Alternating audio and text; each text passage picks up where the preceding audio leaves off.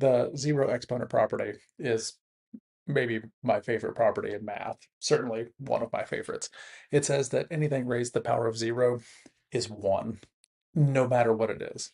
So if I take 17 and I raise it to the power of zero, the answer is one. And if I take a variable like y and I raise it to the power of zero, the answer is one. And if I take an irrational number like pi and I raise it to the power of zero, that's also one. And if I take, let's say, a smiley face and I raise it to the power of zero, you guessed it, it's one. Anything raised to the power of zero is one. And here's the reason why. If I were to take two things that have the same base and the same exponent, like 9 squared over 9 squared, this is 81 over 81, which of course is 1. But if I used my quotient of powers property to do 9 squared over 9 squared, it says if you have the same base, you subtract the exponents. And subtracting the exponents, 2 minus 2, gives me an exponent of 0. And so when we have an exponent of 0, what we're saying is whatever we had in the top, that exponent was exactly the same as whatever we had in the bottom. So anything raised to the power of 0 is going to be 1. Now that I have said this and made this huge deal out of anything, even smiley face, raised to the power of 0 being 1, I am, of course, going to give you the one exception. When I said anything, I should have put an asterisk there. There is one exception, and that is 0 to the power of 0. 0 to the power of 0 is undefined. The reason 0 to the power of 0 is undefined is because this means I had 0 to some exponent, let's say 3, over 0 to the same exponent. And as we know, anything divided by 0 is undefined. We can't have 0 in the denominator. So when I say anything to the power of 0 is 1, asterisk there, the denominator cannot be 0.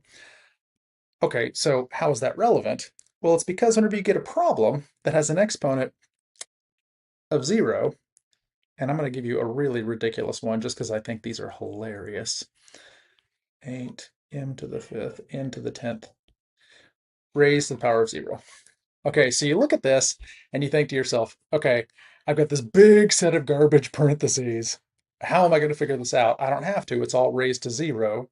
Anything to the power of 0 is 1, unless that denominator is 0. If the denominator is 0, it would be undefined. So when you see these problems, you will often see something that looks like this, and then it'll say, assume no denominator equals 0. And the reason the problems will say assume no denominator equals 0, it doesn't really affect the way you do the problem. It's just letting you know your answer is not going to be undefined. Your answer is going to have an actual numerical number for the answer. So when it says assume no denominator equals 0, it's to make sure you don't worry about this one special case where the answer isn't 1, and that's 0 to the power of 0, because we can't have a denominator of 0. Okay, so this one's really great because we have this huge set of parentheses raised to the power of 0. I don't care what's in parentheses. Anything to the power of 0 is 1. The answer is 1. I love it. Don't get carried away, though. Just because you see a power of 0 does not automatically mean the entire answer is 1. Something like this, for example. The entire answer to this isn't 1 just because we have something with a power of 0 in it. M to the 0 power is 1, but that's just one piece of this quotient. So this is 1 times n cubed over n squared, which is n cubed over n squared. And now I can use one of my quotient properties. N cubed over n squared is a quotient of powers problem. I subtract the exponents. 3 minus 2 is 1, and my answer is n to the first, or just n. So don't assume that just because it has an exponent of 0 in it, that it's automatically 1. If the whole thing is raised to the power of 0, like this one was, the answer is 1. If only part of it is raised to the power of zero, then that part is one, and then you got to keep going. And if for some reason you have zero to the power of zero, or your denominator ends up being zero, it could be undefined.